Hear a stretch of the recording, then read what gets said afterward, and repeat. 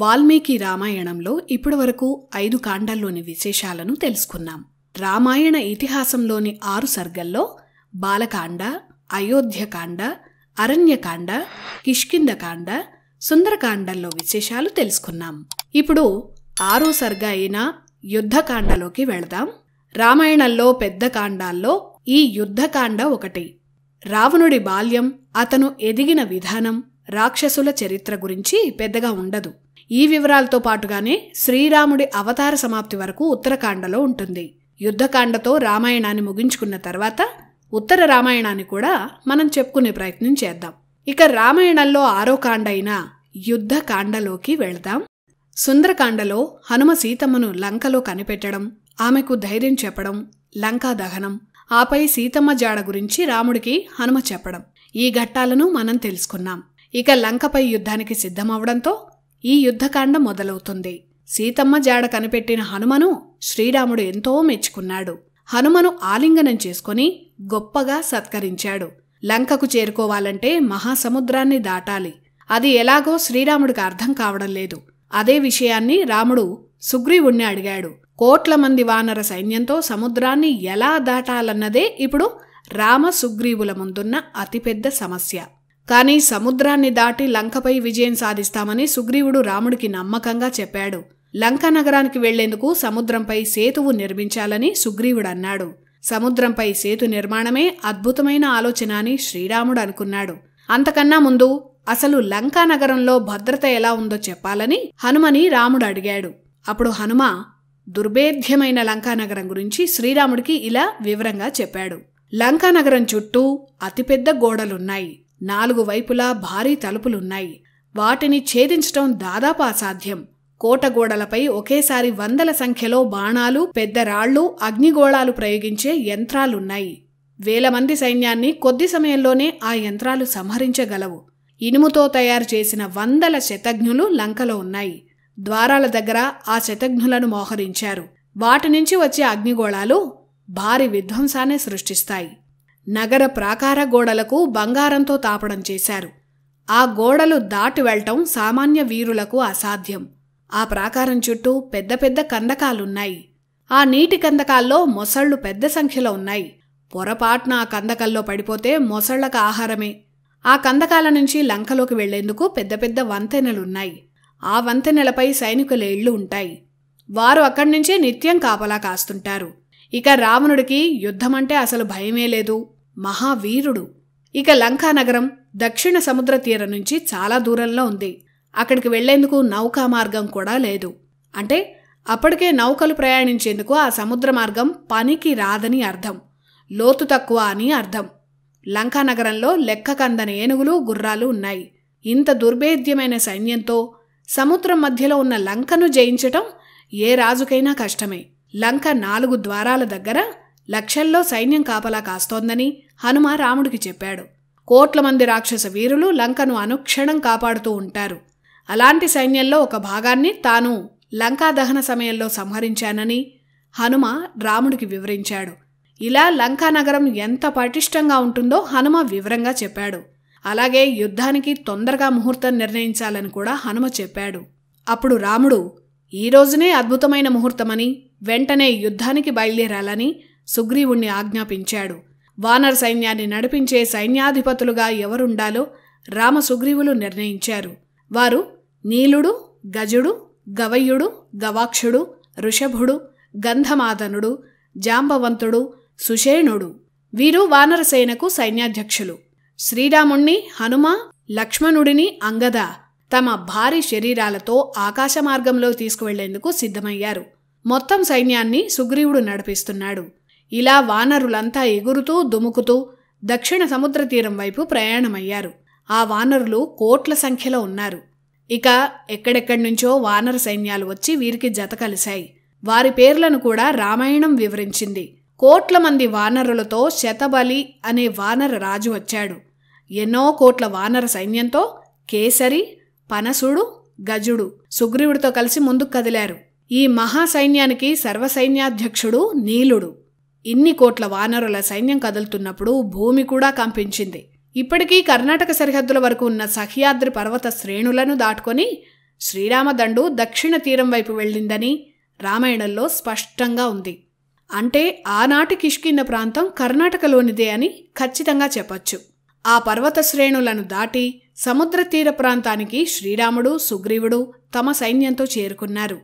అక్కడే విడిది చేశారు. వారధి ఎక్కడ ఎలా కట్టాలో అని అందరూ ఆలోచిస్తున్నారు. అక్కడి సముద్రం ఉవ్వెత్తున ఎగిసిపడుతోంది. రాత్రివేళ అలలు తీరాన్ని ముంచేస్తున్నాయి. అంత ఉద్ధృతమైన సముద్రాన్ని దాటి లంకకు ఎలా వెళ్లాలా అని రాముడు ఆలోచనలో పడ్డాడు. ఆ రాత్రి అక్కడే అందరూ బస చేశారు. శ్రీరాముడు సీతమ్మను తలుచుకుని బాధపడుతున్నాడు. ఇటు లంకలో రావణుడు తన రాక్షస సైన్యాధ్యక్షులతో పెద్ద సభను నిర్వహించాడు. ఆ సభకు విభీషణ, ఇంద్రజిత్ సహా అందరూ వచ్చారు. విపరీతమైన కోపంతో రావణుడు సభలో ఊగిపోయాడు. ఒక వానరుడు వచ్చి సీతను చూడటమే కాకుండా లంకను దహనం చేయడాన్ని రావణుడు తట్టుకోలేకపోయాడు. వానర సైన్యంతో రాముడు యుద్ధానికి వస్తాడని, త్వరలో యుద్ధానికి సిద్ధంగా ఉండాలని, అందుకు సరైన వ్యూహాలు రచించాలని మంత్రులను ఆజ్ఞాపించాడు. కాని రావణుడి సైన్యాధ్యక్షులు మాత్రం రాముణ్ణి తక్కువ అంచనా వేస్తూ మాట్లాడారు. మన సైన్యం ముందు, మన శక్తి ముందు ఆ వానర సైన్యం నిలవలేదని ప్రగల్భాలు పలికారు. పాతాళలోకాన్ని, కుబేరుడి యక్షలోకాన్ని, దేవేంద్రుణ్ణి, ఆఖరికి యముడిని కూడా ఓడించిన రావణుని ముందు రాముడు ఒక లెక్క కూడా కాదని రావణుడి మంత్రులు ప్రగల్భాలు పలుకుతున్నారు. వానర సేనను సంహరించేందుకు ఒక్క ఇంద్రజిత్ చాలని, సుగ్రీవ సైన్యాన్ని ఎదిరించేందుకు నేనొక్కణ్ణి చాలు అని ప్రహస్తుడు రావణుడి ముందు ఆగ్రహంతో అన్నారు. మిగిలిన రాక్షసులు కూడా రావణుడి శక్తిని పొగిడారు. వీరందరి ప్రగల్భాలు చూసిన విభీషణుడు లేచి వారందర్నీ కూర్చోమన్నాడు. అప్పుడు విభీషణుడు ఇలా అన్నాడు: అన్నా రావణ, రాముడు అమిత బలవంతుడు, పైగా యుద్ధంలో గెలవాలి అన్న నిశ్చయంతో వస్తున్నాడు. ఇంత మహాసముద్రాన్ని దాటి లంకానగరంలో చొరబడి ఒక వానరం నగరాన్ని సర్వనాశనం చేయగలదని ఎవరైనా ఊహించారా? హనుమ చేతుల్లో మనం ఇప్పటికీ భంగపడే ఉన్నాం. రాముడు పంపిన దూతే ఇంత శక్తివంతంగా ఉంటే రాముడి శక్తి ఇంకెంత ఉండి ఉంటుంది? మన సైన్యమంతా కలిసినా ఆ రాముణ్ణి ఎదిరించడం సాధ్యం కాదని విభీషణుడు నిక్కచ్చిగా తన మనసులో మాట రావణుడికి చెప్పేశాడు. ఇంకా విభీషణుడు ఇలా అన్నాడు: రావణుడు సీతమ్మను అపహరించాడు. ఇప్పుడు ఆ సీతమ్మే మనందరి పాలిట మృత్యువు కాబోతోంది. అందుకే అన్నా రావణ, సీతమ్మను రాముడి దగ్గరకు చేర్చు. అదే లంకకు శుభం. రాముడితో వైరం లంకకే నాశనం అని విభీషణుడు రావణుణ్ణి సున్నితంగా హెచ్చరించాడు. అన్న మనసు మార్చేందుకు విభీషణుడు చాలా రకాలుగా ప్రయత్నిస్తూ ఇలా అన్నాడు. ఏం చెప్పాడంటే, అన్నగారు, సీతమ్మ ఏ సమయంలో కంటతడి పెడుతూ ఈ లంకలోకి వచ్చిందో ఆ సమయం నుంచి అన్ని అపశకునాలు, అశుభాలే కనిపిస్తున్నాయి. ఆఖరికి హోమాల్లో అగ్ని కూడా సరిగ్గా ప్రజ్వరిల్లడం లేదు. ఆహార పదార్థాలు ఎప్పుడూ లేని విధంగా కలుషితమవుతున్నాయి. ఏనుగులు, గుర్రాలు, ఇతర పశువులు చాలా వరకు అనారోగ్యంతో అల్లాడుతున్నాయి. విచిత్రమైన శబ్దాలు వినిపిస్తున్నాయి. ఇలా ఒకటి కాదు, ఎన్నో అపశకునాలు, అశుభాలు చూశాను. నాకే కాదు, లంకలో ఎంతోమంది ఈ అపశకునాలను చూశారు. కానీ నీకు చెప్పడానికి భయపడి చెప్పలేదు. లంకకే చేటు వచ్చే పరిస్థితులు కనిపిస్తున్నాయి. అందుకే నీకు సవినయంగా చెప్పేదొక్కటే, సీతమ్మను శ్రీరాముడి దగ్గరకు చేర్చు అని విభీషణుడు రావణుడికి వివరంగా చెప్పాడు. చావు మూడినప్పుడు మనిషి మూర్ఖుడిలా ప్రవర్తిస్తాడు. మంచి మాటలు వినే స్థితిలో లేనంత అహంకారంతో మనిషి ప్రవర్తిస్తాడు. పతనానికి దగ్గరగా ఉన్నవారు అహంకారంతోనూ మూర్ఖత్వంతోనూ ఉంటారు. ఆ సమయంలో రావణుడు అలాగే ఉన్నాడు. ఇంత వివరంగా విభీషణుడు చెప్పిన మంచి మాటలను రావణుడు పట్టించుకోలేదు. పైగా విభీషణుణ్ణి నిండు సభలో అందరి ముందు నానా మాటలన్నాడు. విభీషణుడి మీద కత్తి దూశాడు. అతనిపై దాడి చేయాలని చూశాడు. రావణుడు ఆగ్రహంతో ఇలా అన్నాడు: ఓ విభీషణ, రాముడంటే నాకేం భయం లేదు. సీతను అప్పగించే ప్రసక్తే లేదు. రాముడికి మృత్యువెలా ఉంటుందో నేను చూపిస్తాను అని అహంకారంగా రావణుడు మాట్లాడాడు. రావణ సైన్యాధిపతుల్లో ముఖ్యమైనవాడు ప్రహస్తుడు. లంకలోకి చీమ కూడా దూరనంతగా రక్షణ పెంచాలని ప్రహస్తుణ్ణి రావణుడు ఆజ్ఞాపించాడు. అదే సభలోకి అప్పుడే నిద్ర ముగించుకొని కుంభకర్ణుడు కూడా వచ్చాడు. బ్రహ్మ ఇచ్చిన వరంలాంటి శాపం వల్ల కుంభకర్ణుడు 6 నెలలు నిద్రపోతాడు. ఒక్కరోజు మాత్రం మెలకువగా ఉంటాడు. మళ్ళీ 6 నెలలు నిద్రపోతాడు. అలా ఒక్కరోజు మెలకువగా ఉన్న రోజే రావణుడు సభ పెట్టాడు. కుంభకర్ణుడు రావణుడి దగ్గరకు వచ్చాడు. కుంభకర్ణుడు నిద్రలో ఉండడం వల్ల అతనికి పూర్తి వివరాలు తెలియవు. కాబట్టి రావణుడు జరిగిందంతా చెప్పాడు. సీతమ్మను అపహరించడం, ఆమెను పొందాలని చూడడం, సీతమ్మకు గడువు పెట్టడం, అలాగే సీతమ్మ కోసం రాముడు వానర సైన్యంతో యుద్ధానికి వ్యూహం రచించటం, ఇవన్నీ రావణుడు తన తమ్ముడైన కుంభకర్ణుడితో చెప్పాడు. అప్పుడు కుంభకర్ణుడు కూడా రావణుణ్ణి మందలించాడు. పరాయి స్త్రీ జోలికి వెళ్ళటం తప్పని, సీతను అపహరించకుండా ఉండి ఉంటే ఈ పరిస్థితి వచ్చేది కాదని అన్నాడు. అయినా రాజ్యాన్ని కాపాడటం తన విధి కాబట్టి యుద్ధం చేస్తానని చెప్పాడు. సీతమ్మను రాముడికి అప్పచెప్పాలని రావణుడికి అందరూ సలహా ఇచ్చారు. కాని కామంతో కళ్ళు మూసుకుపోయిన రావణుడే మూర్ఖంగా మరణం వరకు తెచ్చుకున్నాడు. కుంభకర్ణుని తర్వాత మళ్లీ విభీషణుడు లేచాడు. లంకలో ఉన్న రాక్షస వీరులంతా ఏకమైనా సరే రాముణ్ణి ఓడించలేరని సూటిగా చెప్పాడు. అసలు రావణుడు ఇలా మూర్ఖంగా తయారవడానికి కారణం చుట్టూ చేరి అతను చెప్పే ప్రతి మాటకు తలాడించే మీలాంటి భజనపరుల వల్లేనని విభీషణుడు సభలో ఉన్న ప్రముఖులను ఉద్దేశించి అన్నాడు. సీతను తెచ్చిన రోజే రావణుడు కాలసర్పాన్ని ధరించి తిరుగుతున్నాడని, అది సీత రూపంలో ఏదో ఒకరోజు రావణుణ్ణి కాటేయక తప్పదని విభీషణుడు కోపంగా అన్నాడు. ఆ మాటలకు రావణుడి కుమారుడైన ఇంద్రజిత్కి కోపం వచ్చింది. విభీషణుడు ఇంద్రజిత్కి చిన్నాన్నవుతాడు. అప్పుడు ఇంద్రజిత్ ఇలా అన్నాడు, పినతండ్రి, మన రాక్షస జాతిలో పుట్టి మీరిలా మాట్లాడటం పిరికితనం తప్ప మరొకటి కాదు. ఓ రాక్షసులారా, మా వంశంలో పరాక్రమం లేనివారు ఇతనొక్కడే. ఇంద్రుణ్ణి కూడా ఓడించిన నేనొక్కడినే ఆ రామలక్ష్మణులను సంహరించగలనంటూ అందరి ముందు విభీషణుణ్ణి పరిహాసంగా మాట్లాడాడు. అప్పుడు విభీషణుడు నవ్వుకొని, ఇంద్రజిత్, నువ్వు చిన్నపిల్లల మాటలే ఇంకా మాట్లాడుతున్నావు. ఇక్కడ రాముడి వల్ల నీ తండ్రి నాశనం కాబోతున్నాడు. అది తెలిసి కూడా నీ తండ్రికి హాని కలిగించే యుద్ధానికి సై అంటున్నావంటే నువ్వు నీ తండ్రికి మిత్రుడివి కాదు, శత్రువు అని ఇంద్రజిత్ని విభీషణుడు అన్నాడు. ఇలా యుద్ధానికి ముందే విభీషణుడు ఎన్నో విధాలుగా రావణుడికి నచ్చజెప్పి ప్రయత్నం చేశాడు. అప్పుడు రావణుడికి విభీషణుడిపై విపరీతమైన కోపం వచ్చింది. అప్పుడు రావణుడు విభీషణుణ్ణి ఇలా అన్నాడు, విభీషణ, నువ్వు నాకు తమ్ముడివి కాదు, శత్రువ్వి. ఎవరికైనా ఆపద వస్తే కొందరు బంధువులు వారి ఆపదను చూసి సంతోషిస్తుంటారు. అలాంటి బంధువే నువ్వు. చెడ్డవారితో స్నేహం చాలా ప్రమాదకరం. నీలాంటి వాడితో బంధుత్వం, స్నేహం కూడా ప్రమాదకరమే. ఇలా రావణుడు విభీషణుణ్ణి చాలా మాటలు అన్నాడు. ఈ మాటలు విన్న విభీషణుడు వెంటనే తన మాయాశక్తితో గాల్లోకి ఎగిరి రావణుడికి నమస్కరించి నిల్చున్నాడు. అతనితో పాటు అతని 4 అనుచరులు కూడా విభీషణుడితో పాటు ఉన్నారు. అప్పుడు విభీషణుడు రావణుడితో చెప్పిన మాటలు చాలా విలువైనవి. అన్నా రావణ, ఎప్పుడూ నీ చుట్టూ ఉంటూ నువ్వేది చెప్పినా భజన చేస్తూ నీకు ఆనందం మాత్రమే కలిగించే మాటలు చెప్పేవాళ్లే నీకు అసలైన శత్రువులు. నీ తప్పులు నీకు చెప్పేవారు దొరకడం అరుదు. వారే నీకు అసలైన మిత్రులు. కానీ విచిత్రం ఏంటంటే మంచి చెప్పేవారు మనకు నచ్చరు. రాముడి చేతుల్లో నీ ఓటమి ఖాయం. నీతో పాటు ఇక్కడ నీకు భజన చేస్తున్న వీరులంతా నశించటం ఖాయం. తండ్రితో సమానమైన నిన్ను బాధపెట్టి ఉంటే క్షమించు. ఇక ఇక్కడ నేను ఉండలేను అని విభీషణుడు తాను చెప్పాల్సిన మాటలు చెప్పి లంకా నగరాన్ని విడిచిపెట్టాడు.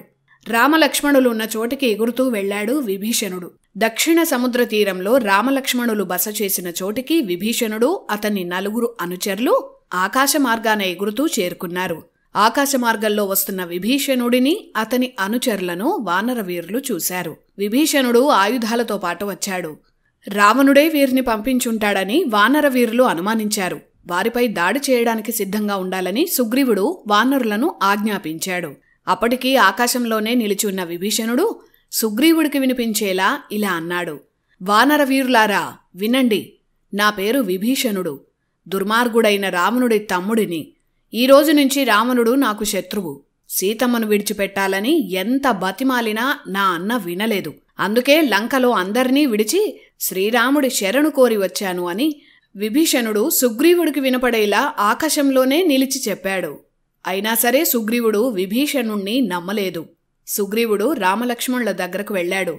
మాయారూపులు, దుర్మార్గులు, అతీత శక్తులున్న ఈ రాక్షసులను నమ్మకూడదని, ఈ రావణుడి సోదరుడు గూఢచర్యం కోసమే వచ్చి ఉంటాడని, శత్రువు దగ్గర నుంచి వచ్చిన వారిని ఎట్టి పరిస్థితుల్లోనూ నమ్మలేమని, వీరిని శిక్షించాలని సుగ్రీవుడు రాముడితో అన్నాడు. సుగ్రీవుడు చెప్పిన మాటలన్నీ రాముడు విన్నాడు. తనను శరణు కోరి వచ్చిన విభీషణుడి విషయంలో మిగిలిన వానరవీరుల అభిప్రాయాన్ని రాముడు అడిగాడు.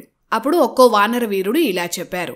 శత్రువుకి సొంత తమ్ముడవడం వల్ల విభీషణుణ్ణి పూర్తిగా నమ్మలేమని, అతను చెప్తున్నది నిజమో కాదో ఖచ్చితంగా పరీక్షించాలని అంగదుడన్నాడు. మరో వానర వీరుడు శరభుడు విభీషణుడి నిజస్వరూపం తెలుసుకోవాలంటే ఒక మంచి గూఢచారిని పంపించి పరీక్షించాలన్నాడు. ఎంత కాదనుకున్నా శత్రువు రావణుడి దగ్గర నుంచి వచ్చిన ఈ విభీషణుణ్ణి నమ్మడం కష్టమేనని జాంబవంతుడు కూడా అన్నాడు. ఇలా ఒక్కొక్కరు ఒక్కో అభిప్రాయాన్ని చెప్పారు.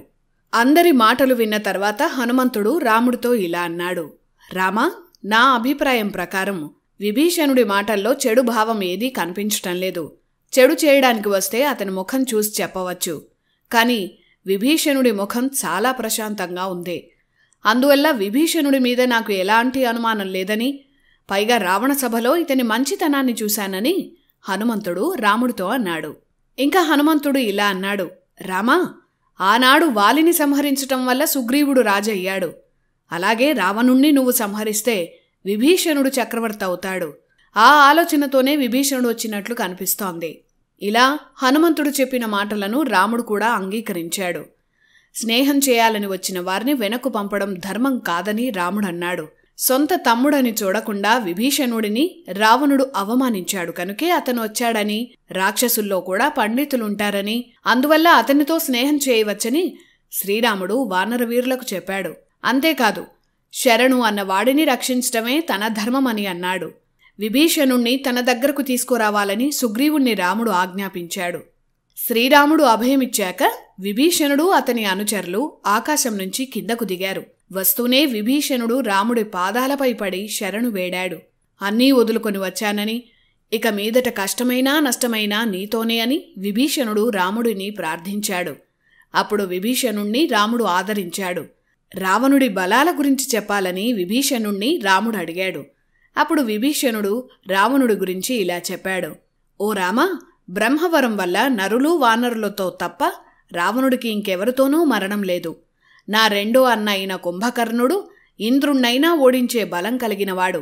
ఇక రావణుడి సేనాధిపతి ప్రహస్తుడు కుబేరుణ్ణే ఓడించిన వీరుడు. ఇక మా అన్న కుమారుడు ఇంద్రజిత్, అతను హోమం చేసి దుర్భేద్యమైన కవచం ధరించి మాయారథం మీద యుద్ధానికి వస్తే అతన్నోడించటం అసాధ్యం. కోరుకున్నప్పుడు అదృశ్యమయ్యే వరం కలిగి ఉన్నాడు. మాయా యుద్ధంలో ఇంద్రజిత్తును మించిన వారు లోకంలోనే లేరు. యుద్ధంలో అతను మనకు కనిపించాడు. ఇక రావణసేనలో మహోదర, మహాపార్శ్వ, అకంపన వీరు ముగ్గురు ఇప్పటివరకు ఓటమి లేని ముఖ్య సేనానాయకులు. లంకానగరంలో కోరుకున్న రూపం ధరించగల మాయా రాక్షస వీరులు కోట్ల సంఖ్యలో ఉన్నారు. ఇలా విభీషణుడు రావణుడి సైన్య శక్తి గురించి రాముడికి వివరించాడు. అంతా విన్న రాముడు, రావణుడు ఎక్కడున్నా, ఎంత సైన్యంతో ఉన్నా, ఎన్ని మాయలు చేసినా అతన్ని సంహరించి నిన్ను రాజును చేస్తానని విభీషణుడికి మాట ఇచ్చాడు. రావణుడిని సంహరించిన తర్వాతే అయోధ్యలో అడుగు పెడతానని ఆగ్రహంతో అన్నాడు. యుద్ధంలో అన్ని విధాలుగా సహాయం చేస్తానని విభీషణుడు రాముడికి మాట ఇచ్చాడు. వెంటనే రాముడు విభీషణుణ్ణి లంకకు రాజుగా ప్రకటిస్తూ వానరవీరుల మధ్య పట్టాభిషేకం చేశాడు. ఆ తర్వాత ఈ సముద్రాన్ని ఎలా దాటాలి అని హనుమంతుడు విభీషణుణ్ణి అడిగాడు. అప్పుడు విభీషణుడు సలహా ఇచ్చాడు. శ్రీరాముడి పూర్వీకుల్లో సగరుడు చాలా గొప్ప చక్రవర్తి. అతని కాలంలో సముద్రం విస్తరించడానికి ఎంతో సహకరించి సముద్రుడికి మేలు చేశాడు. అందువల్ల సముద్రుడు ఇక్ష్వాకు వంశానికి రుణపడి ఉన్నాడు. సగరుడు ఉద్ధరించిన సముద్రం కాబట్టి సముద్రానికి సాగరమనే పేరు వచ్చింది. అందువల్ల సముద్రుణ్ణి రాముడు కోరితే లంకకు వెళ్లే మార్గాన్ని సముద్రమే చూపిస్తుందని విభీషణుడు హనుమకు చెప్పాడు. అదే విషయాన్ని రాముడికి హనుమ విభీషణులిద్దరూ చెప్పారు. సముద్రాన్ని ఉపాసించి సముద్రుడి అనుగ్రహం పొందాలని విభీషణుడు శ్రీరాముడికి ఉపాయం చెప్పాడు. అప్పుడు రాముడు సాగర తీరంలో సముద్రుడి కోసం ఉపాసన మొదలుపెట్టాడు. మరోవైపు విభీషణుడు వెనుకే రావణుడు ఒక గూఢచారిని రాముడి సైన్యం దగ్గరికి రహస్యంగా పంపాడు. అతను మాయారూపంలో తిరుగుతూ కోట్ల సంఖ్యలో ఉన్న సుగ్రీవుడి వానరసేనను సముద్ర తీరంలో చూశాడు. వేగంగా లంకకు వెళ్లి రావణుడికి విషయమంతా చెప్పాడు. కోట్ల సంఖ్యలో వానరాలు, భల్లూకాలు లంకపై దండయాత్ర చేసేందుకు సిద్ధంగా ఉన్నాయని, రామలక్ష్మణులు సాగరాన్ని దాటే పనిలో ఉన్నారని శార్దూలుడు రావణుడికి చెప్పాడు. కోట్ల సంఖ్యలో వానర సైన్యం అనగానే రావణుడు కంగారు పడ్డాడు. వెంటనే శుకుడు అనే గూఢచారిని రావణుడు పిలిచాడు. సుగ్రీవుడితో స్నేహం కోసం శుకుడుని రావణుడు పంపాడు. శుకుడికి రావణుడు ఇలా చెప్పాడు. శుక, నేను చెప్పినట్లుగా సుగ్రీవుడికి ఈ మాటలు చెప్పు. సుగ్రీవా, నువ్వు వాలి తమ్ముడివి, అంటే నాకు సోదరుడితో సమానం. నీకు ఈ యుద్ధం వల్ల కలిగే లాభం ఏమీ లేదు. రాముడి భార్యను నేను అపహరించాను. మధ్యలో ఈ యుద్ధంతో నీకు సంబంధం లేదు కనుక కిష్కిందకు వెళ్ళు. దేవతలే ప్రవేశించలేని లంకలో నరులు వానరులు ప్రవేశించటం అసాధ్యం అని సుగ్రీవుడితో నేను చెప్పినట్లు చెప్పు అని రావణుడు శుకుడిని సముద్ర తీరానికి పంపించాడు. శుకుడు పక్షిరూపం ధరించాడు. వేగంగా సుగ్రీవుడున్న చోటికి ఎగురుకుంటూ వెళ్లాడు. కిందకు దిగితే చంపేస్తారని భయపడి పైనే ఎగురుతూ శుకుడు సుగ్రీవుణ్ణి పిలిచాడు. రావణుడు చెప్పిన విషయాన్ని శుకుడు సుగ్రీవుడికి చెప్పాడు. ఆ మాటలకు సుగ్రీవుడు ఆగ్రహించాడు. ఈలోపు వానరులు ఎగురుతున్న శుకుణ్ణి చితకబాది భూమి మీదకు దించారు. తాను దూతనని, దూతను చంపడం అధర్మమని శుకుడు రాముడికి మొరపెట్టుకున్నాడు. అప్పుడు రాముడు అతణ్ణి విడిచిపెట్టమన్నాడు. సుగ్రీవుడు తన వర్తమానాన్ని రావణుడికి ఇలా చెప్పాలని శుకుడికి చెప్పాడు. రావణ, నువ్వెప్పటికీ నాకు స్నేహితుడివి కావు. రాముడితో విరోధం పెట్టుకున్న వారంతా నాకు శత్రువులే. వాలి ఎలా మరణించాడో నువ్వు కూడా అలాగే మరణిస్తావు. నీ లంక, నీ పరివారం అందర్నీ నేను సంహరిస్తాను. ఇలా నేను చెప్పానని మీ రావణుడితో చెప్పు అని సుగ్రీవుడు శుకుడితో కోపంతో అన్నాడు. రాముడి అభయం పొందిన శుకుడు క్షేమంగా లంకకు తిరిగి వెళ్లాడు. ఇటు రాముడు సముద్రుడి అనుగ్రహం కోసం ధ్యానం చేస్తూనే ఉన్నాడు. అలా 3 రోజులు గడిచిపోయాయి. సముద్రుడు అనుగ్రహించలేదు. ఒక్కసారిగా శ్రీరాముడు కోపోద్రిక్తుడయ్యాడు. ప్రశాంతంగా ఉపాసన చేస్తున్న నన్ను ఈ సముద్రుడు అసమర్థుడు అనుకుంటున్నాడు. ఇప్పుడే ఈ సముద్రుణ్ణి అల్లకల్లోలం చేస్తాను అంటూ శ్రీరాముడు ధనుస్సు అందుకున్నాడు. ఒక 2 బాణాలను రాముడు సముద్రంపై ప్రయోగించాడు. ఆ 2 బాణాలకే సముద్రం అల్లకల్లోలమైంది. అలలు ఎగసిపడ్డాయి. పాతాళలోకం వణికింది. సముద్ర జీవులు భయంతో వణికిపోయాయి. అప్పటికీ సముద్రుడు రాలేదు. ఇక లాభం లేదని తీవ్రమైన కోపంతో శ్రీరాముడు బ్రహ్మాస్త్రాన్ని సంధించాడు. అప్పుడు సముద్రం నుంచి ఒక దివ్యపురుషుడు సముద్రుడు శ్రీరాముడి ముందు ప్రత్యక్షమయ్యాడు. సముద్రుడు రాముడికి నమస్కరించాడు. సముద్రుడు ఇలా అన్నాడు. రామా, భూమి, వాయువు, ఆకాశం, జలం, అగ్ని ఈ పంచభూతాలు ఎప్పుడూ ఒకే స్వభావంతో ఉంటాయి. అవి వాటి స్వభావాన్ని మార్చుకుంటే ప్రళయాలు జరుగుతాయి. అందుకే నేను రాలేకపోయాను. ఇక సముద్ర స్వభావం దాని లోతు. లోతు లేకపోతే సముద్రం తన స్వభావాన్ని కోల్పోతుంది. అయినా లోక కళ్యాణం కోసం నువ్వు చేస్తున్న యుద్ధానికి నేను సహకరిస్తాను. నీ సేనలు దాటేందుకు వీలుగా సాగరం లోతు తగ్గిస్తాను. సముద్రం ప్రశాంతంగా, అలలు లేకుండా, లోతు లేకుండా ఉంటుంది. మీరు లంకకు వెళ్లే వరకు సముద్రజీవులు అపకారం చేయకుండా ఆజ్ఞాపిస్తాను. ఇలా సముద్రుడు రాముడిని అనుగ్రహించాడు. ఎక్కుపెట్టిన ఈ బ్రహ్మాస్త్రాన్ని ఉపసంహరించలేమని, ఈ అస్త్రాన్ని ఎక్కడ సంధించాలో చెప్పాలని సముద్రుణ్ణి రాముడు అడిగాడు. ఉత్తర సముద్ర తీరంలో ద్రుమకుల్య అనే ప్రాంతముంది. అక్కడ ఎంతోమంది దారుణమైన రాక్షసులుండేవారు. వారి వల్ల అక్కడి జీవులన్నీ ఇబ్బంది పడుతున్నాయి. వారిపై ఆ అస్త్రాన్ని ప్రయోగించాలని సముద్రుడు రాముడికి చెప్పాడు. అలా బ్రహ్మాస్త్రాన్ని ద్రుమకుల్యపై రాముడు ప్రయోగించాడు. రాముడు బ్రహ్మాస్త్రం ప్రయోగించిన ఆ ప్రాంతం తర్వాత కాలంలో మరుకాంతార అనే పేరుతో ప్రసిద్ధి చెందింది. ఆ తర్వాత సముద్రుడు రాముడికి మరో ఉపాయం కూడా చెప్పాడు. రామా, నీ వానర సేనలో నలుడు విశ్వకర్మ అంశతో జన్మించాడు. ఇతను గొప్ప నిర్మాణ కౌశలం కలిగినవాడు. కాని అతనికి తన ప్రతిభను ఎవరైనా గుర్తు చేస్తే తప్ప జ్ఞప్తికి రాదు. నలుడు సముద్రంపై వారధి నిర్మించగలడు. ఆ వారధి చెదిరిపోకుండా నేను కాపాడతానని సముద్రుడు రాముడికి చెప్పి అంతర్ధానమయ్యాడు. రాముడు నలుణ్ణి పిలిచాడు. అతని ప్రతిభను గుర్తుచేసి వారధి నిర్మించాల్సిందిగా కోరాడు. సముద్రంపై వారధి నిర్మించే శక్తి తనకు ఉందని నలుడు వానరవీరులకు చెప్పాడు. అలాగే సముద్రుడి వరం వల్ల ఆ ప్రాంతం లోతు తగ్గిపోయింది. అలల ఉధృతి కూడా లేదు. ప్రస్తుతం ఆ ప్రాంతమే తమిళనాడులో ఉన్న ధనుష్కోడి. ఇప్పటికీ అక్కడ ఒకవైపు సముద్రం లోతు పెద్దగా ఉండదు. అలలు కూడా పెద్దగా ఉండవు. నలుడు వానరవీరులందర్నీ పిలిచాడు. సేతు ఎలా నిర్మించాలో వారికి వివరించాడు. లక్షల మంది వానరులు అరణ్యాలున్న చోటికి ఎగిరి వెళ్లారు. పెద్ద పెద్ద వృక్షాలు, పెద్ద పెద్ద బండరాళ్లు మోసుకొచ్చారు. కొన్ని లక్షల వృక్షాలను అలలు లేని సముద్రంలో పడేశారు. నీలుడు చెప్పినట్లుగా వృక్షాలను, బండరాళ్లను వానరులు తాళ్లతో కడుతున్నారు. నీలుడు గొప్ప నిర్మాణ కౌశలాన్ని చూపించాడు. అలా రామసేతు నిర్మాణం ప్రారంభమైంది. వాల్మీకి రామాయణంలో దక్షిణ తీరం నుంచి లంకా నగరానికి 100 యోజనాల దూరమని ఉంది. 1 యోజనం అంటే సుమారు 12 కిలోమీటర్లు, 100 యోజనాలు అంటే 1200 కిలోమీటర్లు. ఆ లెక్కన ప్రస్తుతం మనం చూస్తున్న శ్రీలంక లంకా సామ్రాజ్యంలో ఒక చిన్న భాగం కావచ్చు. అసలైన లంక కాలక్రమేణా సముద్రంలో కుంగిపోయిందని కూడా కొందరు పరిశోధకులు చెప్తుంటారు. ధనుష్కోడి నుంచి శ్రీలంక వరకు ఉన్న రామసేతు 48 కిలోమీటర్లు ఉంటుంది. ఇది కూడా ఆనాడు నిర్మించిన రామసేతులో చిన్న ముక్క మాత్రమే అనుకోవాలి. కోట్ల వానర వీరులు ఒకేసారి పనిచేయడం వల్ల మొదటి రోజే సముద్రంలో 14 యోజనాల వంతెన నిర్మాణం పూర్తయిందని యుద్ధకాండలో ఉంటుంది. అంటే మొదటి రోజే సుమారు 160 కిలోమీటర్ల వంతెన పూర్తయింది. రెండో రోజున 20 యోజనాల వంతెన పూర్తయింది, అంటే సుమారు 240 కిలోమీటర్లు.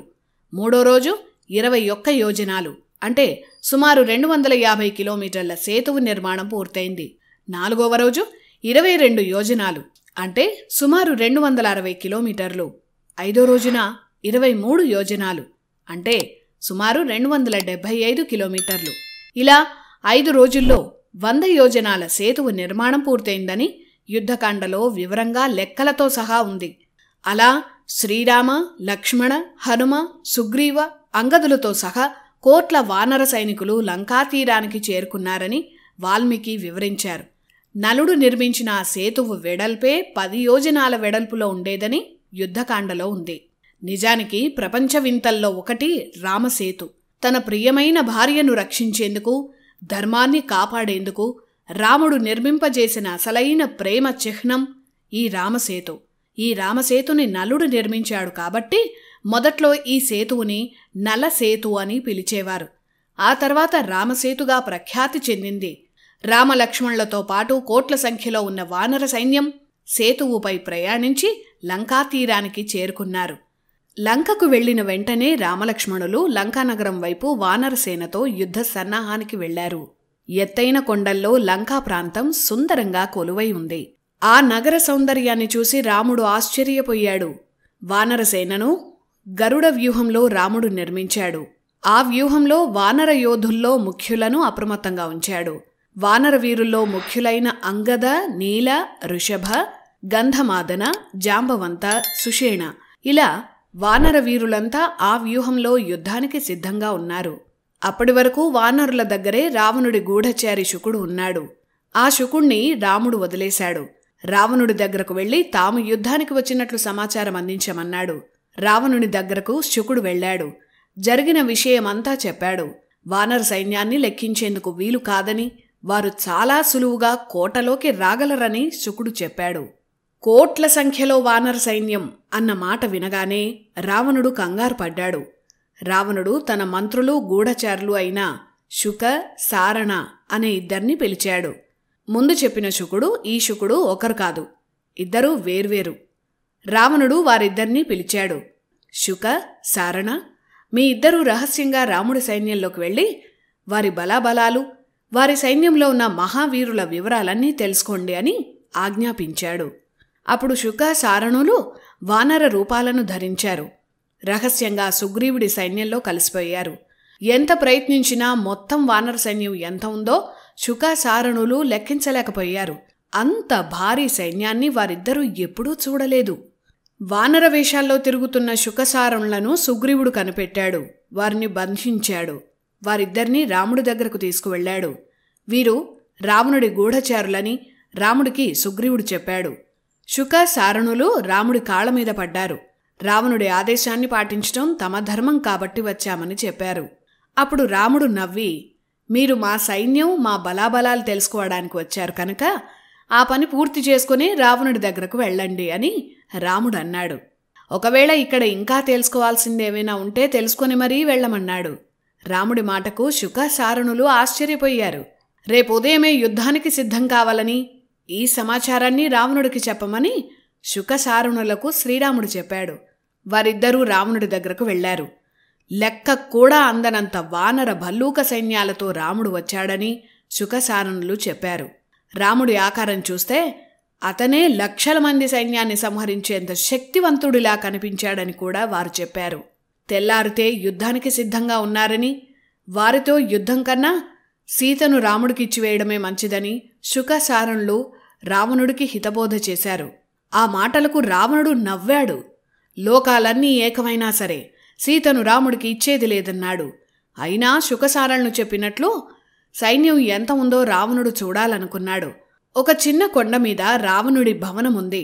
ఆ భవనం పైభాగానికి వెళ్లి దూరంగా కనిపిస్తున్న వానర సైన్యాన్ని రావణుడు చూశాడు.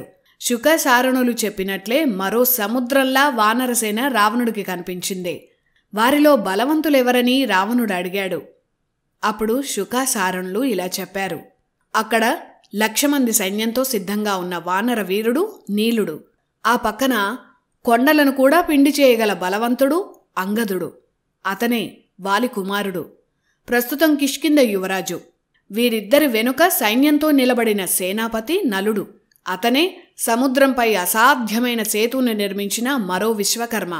ఇక మన రాక్షసులను మించిన వానర వీరులు శ్వేతుడు, కుముదుడు, రంభుడు, శరభుడు, పనసుడు, వినతుడు, గవయుడు, హరుడు.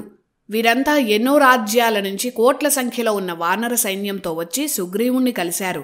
వీరితో పాటు లక్షల సంఖ్యలో ఉన్న ఆ భల్లూకాలకు నాయకుడు ధూమ్రుడు. ఈ ధూమ్రుడి తమ్ముడే జాంబవంతుడు. ఈ జాంబవంతుడు మహావీరుడు. దేవదానవ యుద్ధంలో ఇంద్రుడికి కూడా సహాయం చేశాడు. ఎన్నో వరాలు కూడా పొందాడు. ఇకక్కడ వానరులందరిలో పొడవైనవాడు, చెట్టంత ఎత్తుగా కనిపిస్తున్న ఆ వీరుడి పేరు సంనాద. ఇతను ఎలాంటి రూపమైనా ధరించగల శక్తి ఉన్నవాడు. ఒక గంధర్వ కన్యకు అగ్ని అంశ వల్ల అతను జన్మించాడు. అందువల్ల అగ్ని అతన్ని ఏమీ చేయలేదు. ఇక క్రధనుడు, ప్రమాథి, శతబలి వీరు దేవతలను కూడా జయించగల వానర వీరులు. ఈ వానర వీరుల్లో ముఖ్యమైనవాడు కేసరి. ఇలా కొన్ని వేల పేర్లు చెప్పాల్సి వస్తుందని, అన్ని వానరాలు కలిపితే 100 కోట్లలో ఉంటారని శుకసారణులు రావణుడితో చెప్పారు. ఇంకా వాళ్ళు ఇలా చెప్పారు. ఈ వానర సైన్యానికి చక్రవర్తి సుగ్రీవుడు. సుగ్రీవుడి పక్కనే ఉన్న మైంద, ద్వివిధలు గొప్ప సేనానాయకులు. ఈ ఇద్దరు అమృతం తాగారని కూడా చెప్తారు. వారిని ఏ ఆయుధాలు గాయపరచలేవు. ఇక రావణ, ఈ వానర వీరులందరిలో ఒకరు ప్రత్యేకంగా కనిపిస్తున్నాడు, చూశావా? అతన్ని నువ్వు ఎప్పటికీ మర్చిపోలేవు. అతనే లంకా దహనం చేసిన హనుమంతుడు. నీ కళ్ల ముందే వేల సైన్యాన్ని, సైన్యాధిపతులను, నీ ముద్దుల కుమారుణ్ణి క్షణాల్లో సంహరించి లంకను దహనం చేసి వెళ్ళిపోయాడు. దూతగా వచ్చినప్పుడే అంత విధ్వంసం సృష్టించాడు. ఇప్పుడు ఏకంగా యుద్ధానికే వచ్చాడు. ఆ హనుమంతుడి వీరత్వం గురించి నీకు మేం ప్రత్యేకంగా చెప్పనక్కర్లేదు. ఇతనే కేసరి పుత్రుడు, వాయుదేవుడి అంశతో జన్మించాడు అని శుకసారణులు రావణుడికి వానరుల బలం గురించి అన్ని వివరాలు చెప్పారు. ఇక శుకసారణులు రాముడి గురించి రావణుడికి చెప్పారు. రావణ, హనుమ పక్కనే నిల్చున్న నీలమేఘశ్యాముడే రాముడు. ఇక్ష్వాకు వంశంలోనే గొప్ప చక్రవర్తి, ధర్మం తప్పని వీరుడు. అతని దగ్గర లేని అస్త్రం లేదు. బ్రహ్మాస్త్రం సహా అన్ని దివ్యాస్త్రాలు కలిగినవాడు. వేదాలు తెలిసిన రాజర్షి. అతని బాణాలను ఎదిరించే వీరుడు ఈ లోకంలోనే లేడు. అతని పక్కనే బంగారు వర్ణంలో మెరిసిపోతున్న సుందరుడు లక్ష్మణుడు. రాముడికి ఇతను ప్రాణ సమానుడు, రాముడితో సమానమైన వీరుడు. అలాంటి రామలక్ష్మణులతో యుద్ధం చేస్తున్నావన్న విషయం గుర్తుపెట్టుకో. అలాగే వారిద్దరి పక్కన నీ తమ్ముడు విభీషణుడు ఉన్నాడు. సొంత తమ్ముడే నీకు శత్రువయ్యాడు. నీ గురించి అన్ని వివరాలు తెలిసినవాడు. ఇక వీరందర్నీ నడిపించే నాయకుడు సుగ్రీవుడు. నీకు వాలి శక్తి తెలుసు. బలంలో వాలితో సమానుడు ఈ సుగ్రీవుడు. వాలి మెడలో ఉండే కాంచనమాల ఇప్పుడు సుగ్రీవుడి దగ్గర ఉంది. ఆ మాల ఉన్నంతసేపు సుగ్రీవుడి బలానికి ఎదురులేదు అని శుకసారణులు కళ్లకు కట్టినట్లు వానరసేన గురించి చెప్పారు. ఇక్కడే అన్ని చోట్ల నుంచి వచ్చిన వానరులు ఎంతమందో ఒక లెక్క శుకుడు చెప్పాడు. ఇక్కడ లెక్క కన్నా ఆనాటికే, అంటే రామాయణ కాలం నాటికే మన సంఖ్యాశాస్త్రం ఎంత విస్తృతమో ఈ లెక్క చెప్తుంది. వానరుల సంఖ్యాబలం చెప్తూ శుకుడు రావణుడితో చెప్పిన లెక్క ఇది. 1,00,000 కోట్లు ఒక శంకువు, అంటే ఒకటి పక్కన 12 సున్నాలు. అలాంటి శంకువులు 1000 అయితే అది మహాశంకువు. మహాశంకువు అంటే ఒకటి పక్కన 15 సున్నాలు. 1000 మహాశంకువులు ఒక వృందం. ఆ లెక్కన ఒక వృందం అంటే ఒకటి పక్కన 18 సున్నాలు. 1000 వృందాలు ఒక మహావృందం. ఆ లెక్కన మహావృందం అంటే ఒకటి పక్కన 21 సున్నాలు. 1000 మహావృందాలు ఒక పద్మం. ఆ లెక్కన ఒక పద్మం అంటే 1 పక్కన 24 సున్నాలు. 1000 పద్మాలు ఒక మహాపద్మం అంటే 1 పక్కన 27 సున్నాలు. 1000 మహాపద్మాలు ఒక ఖర్వం. ఒక ఖర్వం అంటే 1 పక్కన 30 సున్నాలు. 1000 ఖర్వాలు ఒక మహాఖర్వం. మహాఖర్వం అంటే 1 పక్కన 33 సున్నాలు. 1000 మహాఖర్వాలు ఒక సముద్రం. సముద్రం అంటే 1 పక్కన 36 సున్నాలు. 1000 సముద్రాలు ఒక ఓఘం. ఒక ఓఘం అంటే 1 పక్కన 39 సున్నాలు. 1000 ఓఘములు ఒక మహౌఘం అంటే 1 పక్కన 42 సున్నాలు. ఇది రామాయణంలో చెప్పిన సంఖ్యాశాస్త్రం. అంటే రామాయణ కాలం నాటికే మనకు 10⁻42 అంటే 1 పక్కన 42 సున్నాల వరకు ఉన్న సంఖ్యలు తెలుసు. గణితంలో భరతఖండాన్ని మించింది మరొకటి లేదని చెప్పే సాక్ష్యం ఇది. ఈ లెక్కంతా శుకుడు రావణుడికి చెప్పి అంతటి సైన్యం మన మీద యుద్ధానికి వస్తోందని సిద్ధంగా ఉండాలని అప్రమత్తం చేశాడు. ఆ తర్వాత రావణుడు మరో 2 గూఢచారులను పంపాడు. రామలక్ష్మణుల ప్రతి కదలికను గమనించటమే వారి పని. వారిద్దరూ సువేల పర్వతం దగ్గర బస చేసిన రామలక్ష్మణులను చూశారు. కానీ 1000 మంది సైన్యం రక్షణలో ఉన్న రామలక్ష్మణుల దగ్గరకు కూడా వారు వెళ్లలేకపోయారు. ఆ గూఢచారుల్లో ఒకరు శార్దూలుడు. అతను వానర సైన్యాన్ని, రామలక్ష్మణుల బలాన్ని అంచనా వేసి భయపడ్డాడు. ఆ శార్దూలుణ్ణి విభీషణుడు పట్టుకున్నాడు. మరణదండన వేయాలని రాముడికి చెప్పాడు. కాని శ్రీరాముడు వారిని చంపకుండా వదిలేశాడు. వెంటనే శార్దూలుడు రావణుడి దగ్గరకు భయంగా వెళ్లాడు. వారి సైన్యం అజేయంగా ఉందని, వారితో యుద్ధం కష్టమేనని శార్దూలుడు కూడా రావణుడితో అన్నాడు. వానరుల్లో ఉన్న గొప్ప వీరులు, వారి కామరూప విద్యల గురించి, వారి శక్తి సామర్థ్యాల గురించి శార్దూలుడు కూడా వివరంగా చెప్పాడు. శార్దూలుడు రావణుడి నమ్మిన బంటు. అలాంటివాడే ఇలా భయపడి చెప్పిన తర్వాత రావణుడు ఆలోచనలో పడ్డాడు. ఆ తర్వాత ఒక దుష్ట ఆలోచన చేశాడు. రావణుడి దగ్గర విద్యుజ్జిహ్వ అనే మాయా రాక్షసుడున్నాడు. శూర్పణఖ భర్త పేరు కూడా విద్యుజ్జిహ్వే. అతను ఇతను ఒకడు కాదని గమనించాలిక్కడ. తన బావ విద్యుజ్జిహ్వను రావణుడే సంహరించాడని చెప్పుకున్నాం. అలా రావణుడు తన రాక్షసుల్లో మాయలు తెలిసిన విద్యుజ్జిహ్వను పిలిచాడు. జిహ్వ అంటే నాలుక. ఆ రాక్షసుడికి పెద్ద నాలుక వేళ్లాడుతూ ఉంటుంది. అందుకే ఆ పేరొచ్చింది. రావణుడు విద్యుజ్జిహ్వను పిలిచి ఒక నాటకమాడేందుకు సిద్ధమయ్యాడు. యుద్ధంలో ఖండించినట్లుగా ఉండేలా శ్రీరాముడి తలను సృష్టించమన్నాడు. అలాగే రాముడి ఆయుధమైన కోదండానికి ఒక నకిలీనే సృష్టించమన్నాడు. ఆ రాక్షసుడితో కలిసి సీతమ్మ దగ్గరికి రావణుడు వెళ్ళాడు. అప్పుడు రావణుడు సీతమ్మతో ఇలా అన్నాడు. సీతా, రాముడు తన వానర సైన్యంతో సముద్రం దాటి యుద్ధానికి వచ్చాడు. కానీ మా రాక్షస వీరులు ఆ సైన్యాన్ని సర్వనాశనం చేశారు. వానర వీరుల్లో సుగ్రీవుడు, హనుమ, అంగద సహా అందరూ కొన ఊపురుతో ఉన్నారు. లక్ష్మణుడైతే ఏమయ్యాడో తెలీదు. నిద్రలో ఉన్న శ్రీరాముణ్ణి మా ప్రహస్తుడు సంహరించాడు. ఆ తలను మా రాక్షస వీరుడు విద్యుజ్జిహ్వ తీసుకొచ్చాడు. ఇది అతని కోదండం. ఇలా చెప్పి విద్యుజ్జిహ్వ తన మాయతో సృష్టించిన రాముడి తలను, కోదండాన్ని రావణుడు సీత ముందు ఉంచాడు. ఆమెను భయభ్రాంతులకు గురిచేయాలని అనుకున్నాడు. అచ్చంగా రాముడి శిరస్సులాగే ఉన్న ఆ తలను చూసి సీతమ్మ భయపడింది. బోరునే ఏడ్చింది. అంతటి శ్రీరాముడు ఇలాంటి స్థితిలో మరణించాడంటే సీతమ్మ నమ్మలేకపోయింది. తనను కూడా చంపేయమని రావణుడి ముందు దుఃఖించింది. ఆ తర్వాత రావణుడు తన రాజమందిరానికి వెళ్ళిపోయాడు. రావణుడు వెళ్ళగానే ఆ మాయా శిరస్సు కూడా మాయమైంది. అందరూ వెళ్ళిపోయాకే ఏడుస్తున్న సీతమ్మ దగ్గరకు సరమ వచ్చింది. విభీషణుడి భార్య సరమ. సీతమ్మను జాగ్రత్తగా చూసుకోమని విభీషణుడు తన భార్యకు చెప్పాడు. అలా సరమ సీతమ్మ దగ్గరకు వచ్చింది. సరమ సీతమ్మతో ఇలా చెప్పింది. సీత, నేను విభీషణుడి భార్య సరమను. రావణుడు ఉన్నప్పుడు ఇక్కడికి రహస్యంగా వచ్చాను. శ్రీరాముణ్ణి సంహరించటం ఎవరితరమూ కాదు. ఇదంతా రావణుడు చేసిన మాయ. నిన్ను భయపెట్టేందుకే అలా చేశాడు. రావణుణ్ణి సంహరించేందుకు రాముడు సిద్ధంగా ఉన్నాడు.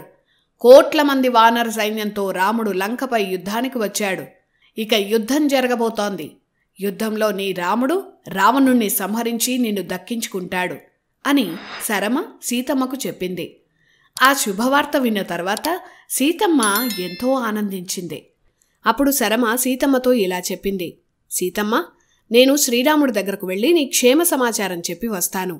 ఎవ్వరికీ కనిపించకుండా ఆకాశంలో ప్రయాణించగల అదృశ్య శక్తి నాకుంది ఇలా శరమ చెప్పింది. అప్పుడు సీతమ్మ శరమను వారించింది. శరమ, నా మీద నీకు అభిమానం ఉంటే ఇప్పటికిప్పుడు రావణుడు ఏ కుట్రలు చేస్తున్నాడో రహస్యంగా తెలుసుకొనిరా. అదే నువ్వు నాకు చేసే పెద్ద సహాయం అని సీతమ్మ శరమను కోరింది. తప్పకుండా తెలుసుకుని వస్తానని శరమ అదృశ్యమైంది. అక్కడ రావణుడు ముఖ్యమైన రాక్షసులతో సభలో ఉన్నాడు. అదృశ్య రూపంలో ఉన్న శరమ ఒకచోట నుంచి రావణుడి మాటలు వింటోంది. అక్కడ జరిగిన విషయమంతా తెలుసుకొని వేగంగా సీతమ్మ దగ్గరకు శరమ వచ్చింది. అప్పుడు రావణ సభలో జరిగిన విషయాన్ని ఇలా చెప్పింది. సీతమ్మ, రావణుడి సభలో ఈరోజు అతని తల్లి కైకసి సహా అందరూ ఉన్నారు. సీతమ్మను శ్రీరాముడికి అప్పగించటమే మంచిదని కైకసి కూడా రావణుడికి గట్టిగానే చెప్పింది. రావణుడి మంత్రుల్లో పెద్దవాడు అవిద్ధుడు. అతను కూడా సీతను విడిచిపెట్టి రాబోయే అనర్థాన్ని ఆపమని రావణుడికి గట్టిగానే చెప్పాడు.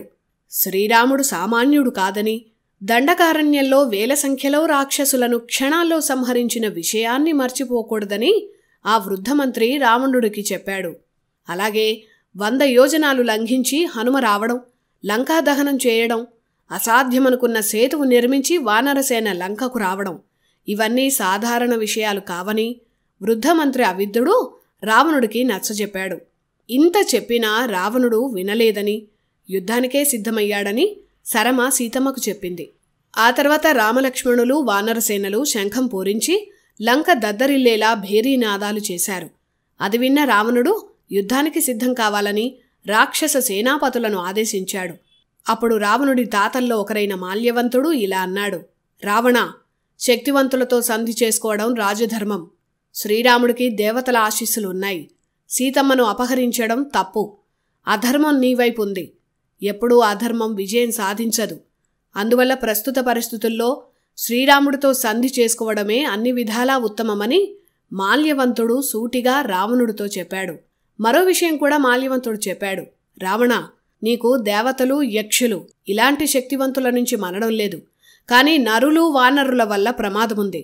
ఇప్పుడు నీ మీదకు వచ్చింది వాళ్లే. ఇదే శ్రీరాముడి వ్యూహం కావచ్చు. కనుక నీ చావు నువ్వే కొని తెచ్చుకోకని మాల్యవంతుడు ఉన్నదున్నట్టు రావణుడికి చెప్పాడు. మాల్యవంతుడి మాటలను కూడా రావణుడు లెక్క చేయలేదు. రాముడు ఒక సాధారణ మానవుడని, బలహీనుడని అన్నాడు. అలాంటి రాముడికి భయపడి సీతను తిరిగిచ్చేదే లేదన్నాడు. విజయమో వీరస్వర్గమో రణభూమిలోనే తేల్చుకుంటానని రావణుడు సభలో బిగ్గరగా అరుస్తూ చెప్పాడు. ఆ వెంటనే యుద్ధ వ్యూహాన్ని రచించాడు. లంకకు రక్షణ, ఆ నగరం చుట్టూ ఉన్న భారీ ద్వారాలు, అతిపెద్ద 4 ద్వారాల దగ్గర సైన్యాన్ని మోహరించాడు. తూర్పు ద్వారం దగ్గర ప్రహస్తుడు సైన్యంతో ఉన్నాడు. దక్షిణ ద్వారం దగ్గర అతి బలవంతమైన మహోదర, మహాపార్శ్వలను నియమించాడు. పశ్చిమ ద్వారం రక్షణ బాధ్యతలను మాయలు తెలిసిన రాక్షస సైన్యంతో తన కుమారుడు మహావీరుడైన ఇంద్రజిత్కి రావణుడు అప్పగించాడు. ఇక ఉత్తర ద్వారం దగ్గర శుక, సారణుల సారథ్యంలో ఒక మహా సైన్యంతో పాటు తానే స్వయంగా వెళతానని రావణుడు సభలో చెప్పాడు. విరూపాక్షుడిని నగర సైన్యానికి సేనాపతిగా నియమించాడు. అలా యుద్ధ వ్యూహాన్ని చర్చించిన తర్వాత రావణుడు తన అంతఃపురానికి వెళ్ళాడు. ఇటు ఇంతటి లంకా నగరాన్ని జయించటం ఎలా అని హనుమ, సుగ్రీవ, అంగద వీరంతా ఆలోచిస్తున్నారు. అప్పుడే విభీషణుడు వారి దగ్గరకు వచ్చాడు.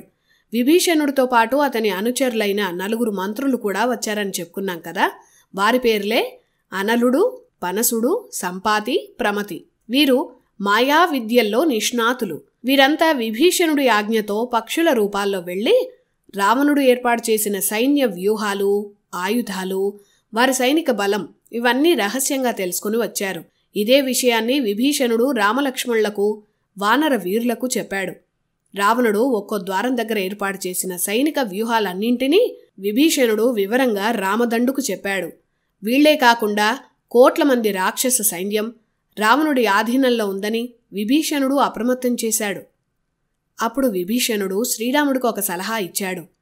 రావణుడు 4 ద్వారాల దగ్గర సైన్యాన్ని మోహరించాడు కాబట్టి వారిని ఎదిరించే వానర సైన్యం కూడా 4 భాగాలుగా విడిపోయి యుద్ధం చేయాలని విభీషణుడు గొప్ప వ్యూహాన్ని చెప్పాడు.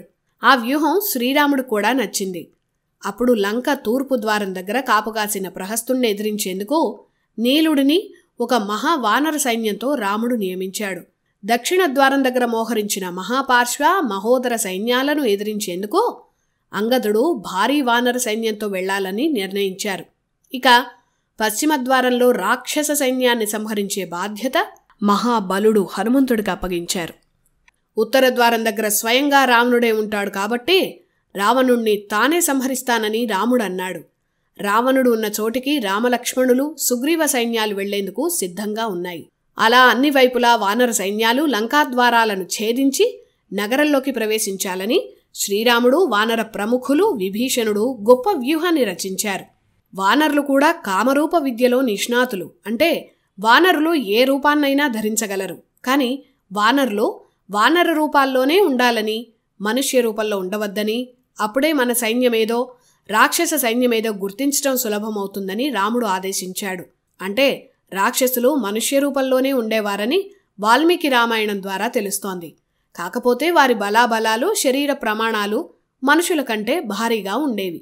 ఈ వ్యూహం అంతా నిర్ణయించాక శ్రీరామ లక్ష్మణులు వానరసేన లంకను ఆనుకొనున్న సువేల పర్వతాన్ని అధిరోహించారు.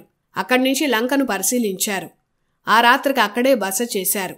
అక్కడి నుంచి అద్భుతమైన లంకను రాముడు పరిశీలించాడు. కనుచూపు మేరలో కనిపించే ఆ లంకా నగరాన్ని వానరసేన రామలక్ష్మణులు పరిశీలించారు. దూరంగా విశాలమైన రావణుడి భవనం స్పష్టంగా వానరులకు కనిపిస్తోంది. అక్కడ అంతెత్తున ఉన్న రావణుడు భవనం పైన ఉన్న ప్రాంతం నుంచి వానరుల సైన్య బలాన్ని చూస్తున్నాడు. ఇటు సువేల పర్వతంపై రాముడు, అటు రావణ భవనంపై రావణుడు ఇద్దరూ ఒకరినొకరు దూరం నుంచి చూసుకున్నారు. వానర సైన్య బలం అంత దూరం నుంచి కూడా రావణుడికి కనిపిస్తోందంటే కొంతమంది కోపంతో సుగ్రీవుడు ఎగురుకుంటూ రావణుడి దగ్గరకు వెళ్లాడని, అతనిపై దాడి చేశాడని కొన్ని రామాయణాల్లో ఉంటుంది. కానీ వాల్మీకి రామాయణంలో ఆ ఘట్టం లేనేలేదు. ఇక తెల్లవారింది. వెంటనే శ్రీరామదండు మొత్తం లంకానగరాన్ని 4 వైపులా ముట్టడించాయి. కోట్ల సంఖ్యలో వానరులు, లక్షల సంఖ్యలో భల్లూకాలు లంకానగరం 4 ప్రధాన ద్వారాల బయట చుట్టుముట్టాయి. లంకానగరానికి ప్రధాన ద్వారం ఉత్తర ద్వారం. అక్కడ రావణుడు సైన్యంతో ఉన్నాడు. కనుక రామలక్ష్మణులు రావణుడున్న ఉత్తర ద్వారం దగ్గర యుద్ధానికి సిద్ధంగా ఉన్నారు. ముందే వ్యూహం ప్రకారం అనుకున్నట్టు వానర సేనాధిపతి నీలుడు, మైంద, ద్వివిధ అనే వానర యోధులు మహాసైన్యంతో తూర్పు ద్వారం దగ్గర మోహరించారు. అతి బలవంతుడు కిష్కింద యువరాజైన అంగదుడు రిషభ, గవాక్ష, గజ, గవయులతో దక్షిణ ద్వారం దగ్గర ఉన్నాడు. ఇక అంజనిపుత్రుడు హనుమంతుడు వానర సైన్యంతో పశ్చిమ ద్వారం దగ్గర శత్రు సంహారం కోసం సిద్ధంగా ఉన్నారు. ఈ సేనలను నడిపించేందుకు సుగ్రీవుడు మహాసైన్యాధిపతిగా ఉన్నాడు. మొత్తంగా ఎన్నో కోట్ల వానరులు ఈ యుద్ధంలో పాల్గొన్నారని రామాయణంలో ఉంది. మొత్తం లంకా నగరాన్ని అన్ని వైపుల నుంచి వానర సైన్యం చుట్టుముట్టింది.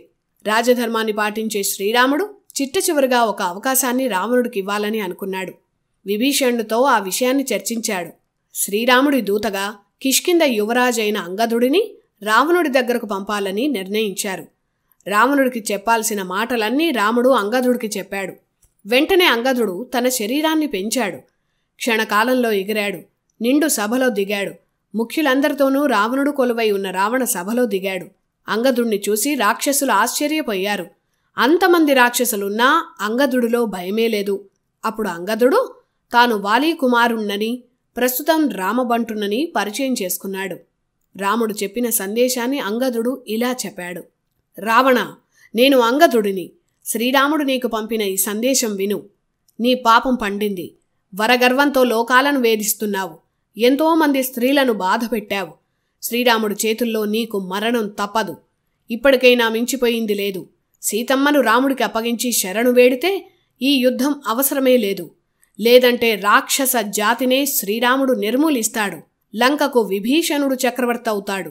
ఇలా అని అంగదుడు శ్రీరాముడు పంపిన సందేశాన్ని సూటిగా రావణుడికి చెప్పాడు. అంగదుడి మాటలు విన్న రావణుడు కోపంతో రగిలిపోయాడు. ఆ వానరాన్ని బంధించాలని ఆజ్ఞాపించాడు. 4 బలమైన రాక్షసులు అంగదుడిని బలంగా పట్టుకున్నారు. అప్పుడు అంగదుడు ఒకే దెబ్బతో 4 రాక్షసులను తలో దిక్కుకు విసిరేశాడు. ఆ సభాభవనం శిఖరం మీదకెగిరి ఆ శిఖరాన్ని ఒక్క దెబ్బతో కూల్చేశాడు.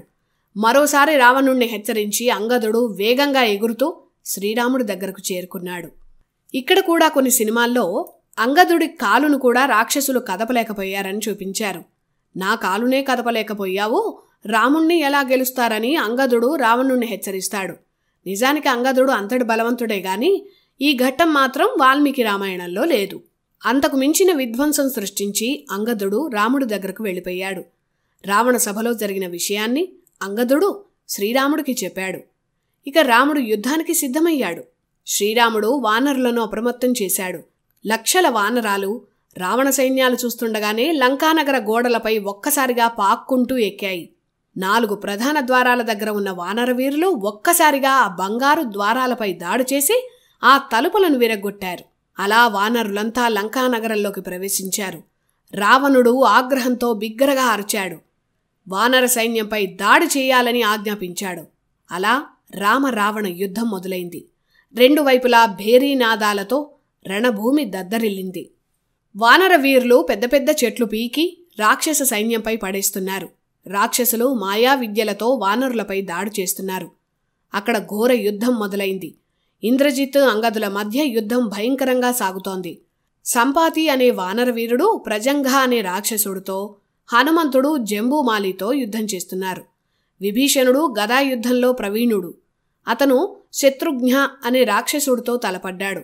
గజ అనే వానరుడు తపనుడు అనే రాక్షసుడితో, నీలుడు నికుంభుడితో యుద్ధాలు చేస్తున్నారు.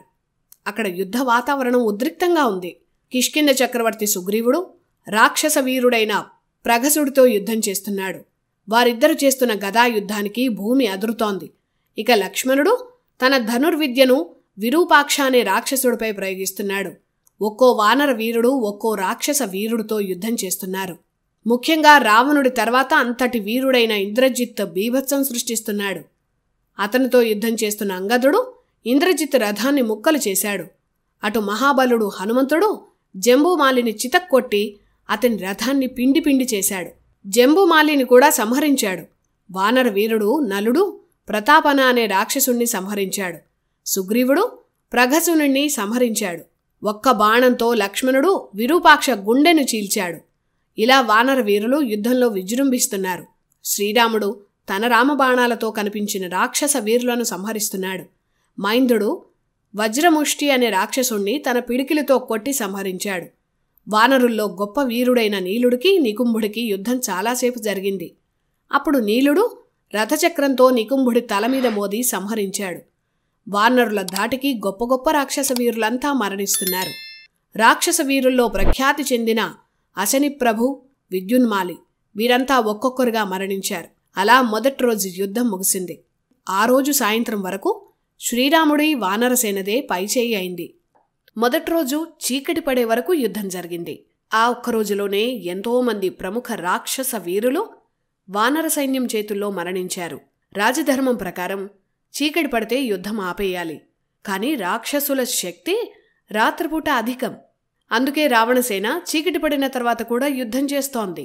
ఆ రాత్రివేళ ఎవరో తెలియక వానరులే వానరులను, రాక్షసులు రాక్షసులను అయోమయంలో చంపుకున్నారు.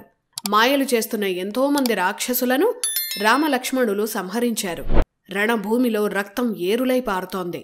కాని రాక్షసుల శక్తి ఎక్కువగా ఉండడం వల్ల ఆ రాత్రి వానర వీరులు చాలామంది మరణించారు. అప్పుడే రావణ సైన్యంలో శక్తివంతులైన యజ్ఞశత్రు, మహాపార్శ్వ, మహోదర, ఎత్తైన శరీరమున్న వజ్రదంశ్ర, శుక, సారణ వీరంతా ఒకేసారి రామలక్ష్మణులపై దాడి చేశారు. కాని రాముడి శరవేగం ముందు వారు నిలవలేకపోయారు. రాముడి బాణాల దెబ్బకు తట్టుకోలేక ఆ రాక్షసులు మాయమయ్యారు, తప్పించుకున్నారు. మరోవైపు అంగదుడికి ఇంద్రజిత్కి యుద్ధం జరుగుతోంది.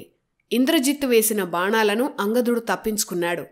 అతని రథంపై దాడి చేశాడు. రథం ముక్కలైంది. వెంటనే ఇంద్రజిత్ తన మాయాశక్తితో అదృశ్యమయ్యాడు. ఇంద్రజిత్ ఎప్పుడు కావాలంటే అప్పుడు అదృశ్యమైన యుద్ధం చేయగలడు. ఇంద్రజిత్తుని ఓడించిన అంగదుణ్ణి వానర వీరులంతా ప్రశంసించారు. కాని మాయారూపంలో ఉన్న ఇంద్రజిత్ అదృశ్యంగానే ఉంటూనే అంగదుడిపై బాణాలు ప్రయోగించాడు. ఎక్కడ్నుంచి ఈ బాణాలు వస్తున్నాయో వానర వీరులకు అర్థం కాలేదు. ఇంద్రజిత్ అదృశ్యంగా ఉంటూ యుద్ధం చేయడంలో దిట్ట. ఎన్నో మాయా విద్యలు తెలిసినవాడు. అప్పుడే ఇంద్రజిత్ రామలక్ష్మణులను బంధించాలని అనుకున్నాడు. ఇంద్రజిత్ అదృశ్యంగా ఉంటూనే అతిశక్తివంతమైన నాగాస్త్రాన్ని రామలక్ష్మణులపై ప్రయోగించి దొంగ దెబ్బతీశాడు. ఆ శక్తివంతమైన నాగాస్త్రం విషసర్పాలుగా మారి ఆ తర్వాత 100 బాణాలై రామలక్ష్మణులిద్దరినీ కదలనీయకుండా బంధించాయి. ఎంత ప్రయత్నించినా ఆ నాగాస్త్రం బంధనం నుంచి రామలక్ష్మణులు విడిపించుకోలేకపోయారు. ఆ ఇంద్రజిత్ ఎక్కడున్నాడో కనిపెట్టాలని, అతని అదృశ్య మాయను ఛేదించాలని సుషేణ, నీల, అంగద, శరభ, ద్వివిధ, ఆంజనేయ వీరందర్నీ రాముడు ఆజ్ఞాపించాడు. వారంతా ఆకాశంలో ఎగిరి అంతటా వెదికారు. ఇంద్రజిత్ నవ్వు వినిపిస్తోంది, అతని అరుపులు వినిపిస్తున్నాయి. కాని ఇంద్రజిత్ని కనిపెట్టడం ఎవరి వల్లా కాలేదు. అంతటి శక్తులున్న రాక్షస వీరుడు ఇంద్రజిత్. అలా రామలక్ష్మణులపై 100 బాణాలతో దాడి చేసి వారిని గాయపరిచాడు. ఇంద్రజిత్ అదృశ్యంగా ఉంటూనే రాముడితో ఇలా అన్నాడు: రామా, నేను అదృశ్య రూపంలో ఉన్నప్పుడు ఆ ఇంద్రుడు కూడా కనిపెట్టలేడు. మానవుడైన నువ్వు నా మాయను ఛేదించటం అసాధ్యం అంటూ ఇంద్రజిత్ భూమి దద్దరిల్లేలా అరిచాడు. రామలక్ష్మణులు ఎంత ప్రయత్నించినా ఇంద్రజిత్ ప్రయోగించిన నాగబంధాన్ని విడిపించుకోలేకపోయారు. ఇంద్రజిత్ బాణాలతో ఒళ్లంతా గాయాలైన రామలక్ష్మణులు కింద పడిపోయారు. రామలక్ష్మణులు పడిపోయారని తెలిసి వానర వీరులంతా వారి చుట్టూ చేరారు. మహావీరుడైన రాముడు ముందు ఇంద్రజిత్ ఒక లెక్క కూడా కాదు. అలాంటి ఇంద్రజిత్ వేసిన నాగాస్త్రానికి రాముడు లొంగిపోవడం వానరులను ఆశ్చర్యపరిచింది. అదే సమయంలో సుగ్రీవుడు, విభీషణుడు రామలక్ష్మణుల దగ్గరకు వచ్చారు. ఒళ్లంతా బాణాలు, గాయాలతో ఉన్న రాముణ్ణి చూసి విభీషణుడు కంగారు పడ్డాడు. విభీషణుడు కూడా మాయా విద్యలో నిష్ణాతుడై అదృశ్యంగా ఉన్న ఇంద్రజిత్ని విభీషణుడు కనిపెట్టాడు. అప్పుడు విభీషణుణ్ణి చూస్తూ ఇంద్రజిత్ ఇలా అన్నాడు: ఖరదూషణులను సంహరించిన రాముణ్ణి నేను సంహరించాను, లక్ష్మణుణ్ణి కూడా సంహరించాను. దేవతలు దిగివచ్చినా కూడా రామలక్ష్మణులను బంధించిన ఈ నాగాస్త్రాన్ని విడిపించలేరు. ఇక రాముడి పరాక్రమం, వానరవీరుల శ్రమ రెండూ వృధా అంటూ గట్టిగా అరిచాడు. 1000 బాణాలను వానర సైన్యం మీద ఇంద్రజిత్ వదిలాడు. హనుమంతుడితో సహా అందరూ ఆ బాణాలకు గాయపడ్డారు. తన నాగాస్త్రానికి రామలక్ష్మణులు మరణించారు అనుకొని ఇంద్రజిత్ తన తండ్రి నివాసానికి వెళ్లాడు. ఇటు రామలక్ష్మణులు నిజంగానే మరణించారనుకొని సుగ్రీవుడు, అంగద సహా వానరులంతా దుఃఖిస్తున్నారు. వారిని విభీషణుడు ఓదార్చాడు. రామలక్ష్మణులను ఇంద్రజిత్ అస్త్రాలు ఏమీ చేయలేవని, ఇది మరణం కాదని, మూర్ఛ మాత్రమేనని విభీషణుడు ధైర్యం చెప్పాడు. ఖరదూషణులను, అతని 1000 సైన్యాన్ని క్షణాల్లో సంహరించిన రాముడు ఒక చిన్న అస్త్రానికి మరణించటం అసాధ్యమని విభీషణుడు చెప్పాడు. మరోవైపు రాముడు మరణించాడన్న వార్త ఒక పుకారులా వానర సైన్యంలో వ్యాపించింది. భయపడిన కొందరు వానరులు గుంపులుగా పారిపోతున్నారు. అయితే వారిలో సుగ్రీవుడు ధైర్యం నింపాడు. రాముడు మరణించనే లేదని, ఇదో కుట్ర అని వారిని ఆపాడు. రామలక్ష్మణులను సంహరించానన్న విజయ గర్వంతో ఇంద్రజిత్ తండ్రి రావణుడి దగ్గరకు వెళ్లాడు. రామలక్ష్మణులను సంహరించానని, నాగాస్త్రంతో వారిని ఎలా పడగొట్టింది, ఇదంతా తన తండ్రికి గర్వంగా చెప్పాడు. రావణుడి ఆనందానికి అవధుల్లేవు. ఇంద్రజిత్ని రావణుడు ఆలింగనం చేసుకున్నాడు. ఆ వెంటనే రావణుడు అశోకవనంలో సీతమ్మను కావలి కాస్తున్న రాక్షస స్త్రీలను పిలిచాడు. వారితో ఇలా అన్నాడు: రాక్షస స్త్రీలారా, రాముణ్ణి ఇంద్రజిత్ సంహరించాడు. ఎవరి పేరు తలుచుకుంటూ సీత ఎదురు చూస్తోందో ఆ రాముడు యుద్ధభూమిలో పడి ఉన్నాడు. రాముడి తమ్ముడు లక్ష్మణుడు కూడా మరణించాడు. పుష్పక విమానంలో సీతను తీసుకెళ్లి రణరంగంలో పడి ఉన్న తన పతిని, తన మరిదిని ప్రత్యక్షంగా చూపెట్టండి. ఆ తర్వాత నాతో వివాహానికి ఆమెను సిద్ధం చేయండి. ఇలా అని రావణుడు వారికి చెప్పాడు. రావణుడి ఆజ్ఞను విన్న రాక్షస స్త్రీలు పుష్పక విమానంలో సీతను కూర్చోబెట్టారు. ఆకాశంలో ఎగురుతూ రణభూమి వైపు పుష్పక విమానం వెళ్ళింది. అక్కడ రాక్షసులు ఆనందంగా గెంతులు వేయడం, వానరులు దుఃఖంలో మునిగిపోవడాన్ని సీతమ్మ చూసింది. ఎంతోమంది వానరుల మరణాన్ని చూసింది. ఒక చోటులో అపస్మారకంగా పడి ఉన్న రామలక్ష్మణులను, వారి ఒళ్లంతా గుచ్చుకొని ఉన్న బాణాలను, వారి చుట్టూ బాధతో ఏడుస్తున్న వానర వీరులను సీతమ్మ చూసి కంగారు పడింది. శ్రీరాముడి పరిస్థితి చూసి సీతమ్మ భోరున ఏడ్చింది. అప్పుడు సీతమ్మ రాక్షస స్త్రీలతో ఇలా చెప్తూ ఏడ్చింది: ఇంత సముద్రం దాటి వచ్చిన శ్రీరాముణ్ణి ఈ పరిస్థితుల్లో చూస్తానని అనుకోలేదు. నా భవిష్యత్తు అంధకారం అయిపోయింది. రామలక్ష్మణుల దగ్గర వారుణ, ఆగ్నేయ, బ్రహ్మాస్త్రాల్లాంటి అన్ని శక్తివంతమైన అస్త్రాలున్నాయి. వారు ఇలా మరణించటం ఆశ్చర్యంగా ఉంది. ఆ ఇంద్రజిత్ అదృశ్యంగా దొంగ దెబ్బ తీశాడు. అది అధర్మ యుద్ధం. కనపడి యుద్ధం చేసుంటే ఈపాటికే రాముడి చేతుల్లో ఇంద్రజిత్కి 100 ఏళ్లు నిండిపోయేవి.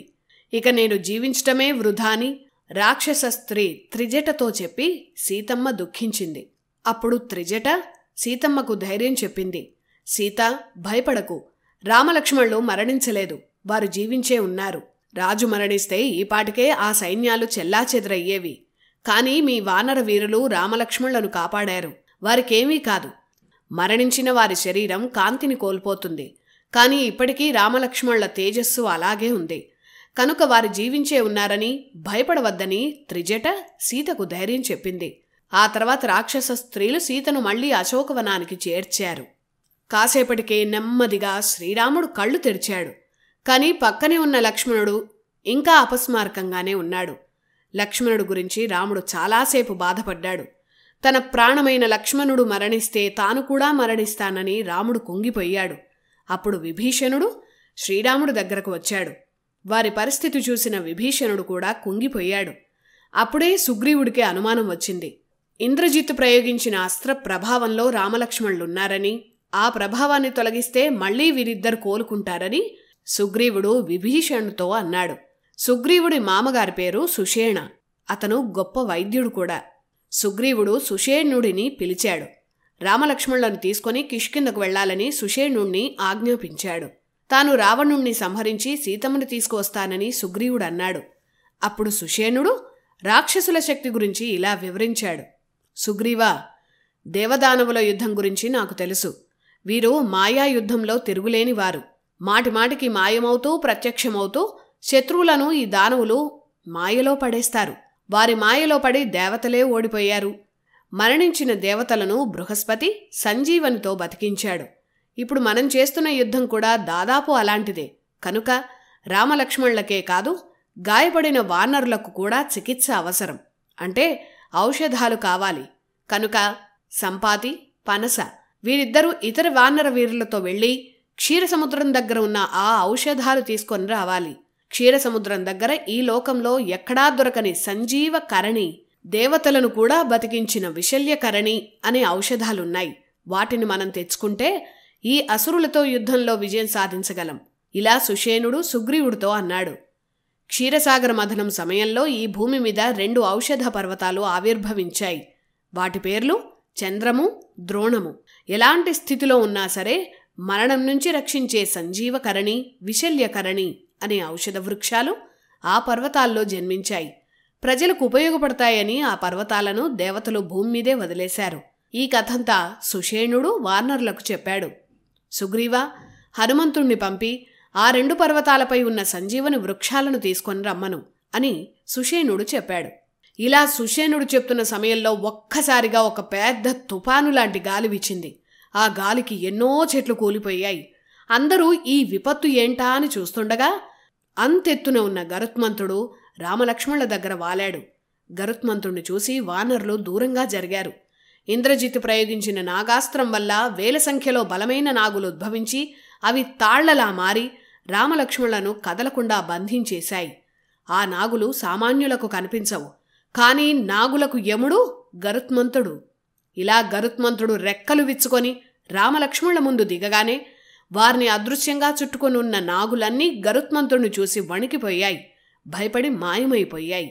రామలక్ష్మణులు బంధ విముక్తులయ్యారు. గరుత్మంతుడు తన చేతితో రామలక్ష్మణులను తాకాడు. బాణాల వల్ల రామలక్ష్మణులకు తగిలిన గాయాలన్నీ మటుమాయమయ్యాయి. మునుపటి కన్నా దివ్య తేజస్సుతో వారి శరీరాలు వెలిగిపోతున్నాయి. ఆరోగ్యవంతులైన రామలక్ష్మణులు లేచి గరుత్మంతుడికి కృతజ్ఞతలు చెప్పారు.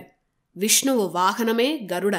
కాని రాముడు మానవ రూపంలో అవతరించాడు కనుక గరుత్మంతుణ్ణి గుర్తుపట్టలేడు. అందుకే, ఓ పక్షిరాజా, నువ్వు ఎవరు అని గరుత్మంతుణ్ణి రాముడు అడిగాడు. తన ప్రభువును చూసిన గరుత్మంతుడు ఆనందంతో గంతులు వేశాడు. కాని రావణ సంహారం వరకు రాముడు మానవుడిగానే ఉండాలి కనుక గరుత్మంతుడు ఇలా అన్నాడు. ఓ రామ, నేను నీకు ప్రియమిత్రుణ్ణి. నేనొక పక్షిని. నా పేరు గరుత్మంతుడు. మీకు సహాయం చేయడానికే వచ్చాను. ఇంద్రజిత్ వేసిన నాగాస్త్రానికి విరుగుడు లేదు. నేను తప్ప ఆ దేవతలు కూడా ఈ నాగబంధాన్ని విడదీయలేరు. ఆ నాగులే బాణాలై మిమ్మల్ని గాయపరిచాయి. ఆ విషయం తెలిసి మిమ్మల్ని కాపాడాలన్న ఆత్రంతోనే ఇలా వచ్చాను. ఇక ఇప్పుడు మీకు ఏ భయమూ లేదు. రావణ సంహారం చేయండి. నాతో నీకు స్నేహం ఎప్పుడు ఏర్పడింది అని గుర్తు చేసుకునే ప్రయత్నం చేయవద్దు రామా. రావణ సంహారం జరిగాక ఆ విషయం నీకే తెలుస్తుంది అని రాముడికి వేడుకోలు చెప్పి రాముడికి నమస్కరించి ఒక తుపాను లాంటి వాయువేగంతో రెక్కలు విచ్చుకొని గరుత్మంతుడు వేగంగా ఎగిరి వెళ్ళిపోయాడు. రామలక్ష్మణులు మునుపటి కంటే బలవంతులయ్యారని తెలిసి వానర వీరులు ఆనందంతో గంతులు వేశారు. భేరీ వాయిద్యాలు మోగించారు. మరణాన్ని కూడా జయించిన రాముణ్ణి చూశాక వానరుల్లో ధైర్యం రెట్టింపైంది. మళ్లీ యుద్ధానికి అందరూ సిద్ధమయ్యారు. వారి ఆనందం, కేరింతలు, భేరీనాదాలు అన్నీ రావణుడికి కూడా వినిపించాయి. రామలక్ష్మణులు మరణిస్తే బాధతో ఉండాల్సిన వానరులు ఆనందంతో గెంతులేస్తున్నారేంటా అని రావణుడికి అనుమానం వచ్చింది. ఈలోపే కొందరు రాక్షస వీరులు రావణుడి దగ్గరకు వచ్చారు. రామలక్ష్మణులు జీవించే ఉన్నారని, మునుపటి కంటే బలవంతులయ్యారని రాక్షసులు రావణుడితో చెప్పారు. రామలక్ష్మణులు బతికే ఉన్నారని తెలిసి రావణుడు ఆగ్రహంతో బిగ్గరగా అరిచాడు. ఆ తర్వాత ఏం జరిగిందో నెక్స్ట్ ఎపిసోడ్లో తెలుసుకుందాం. జై శ్రీరామ్.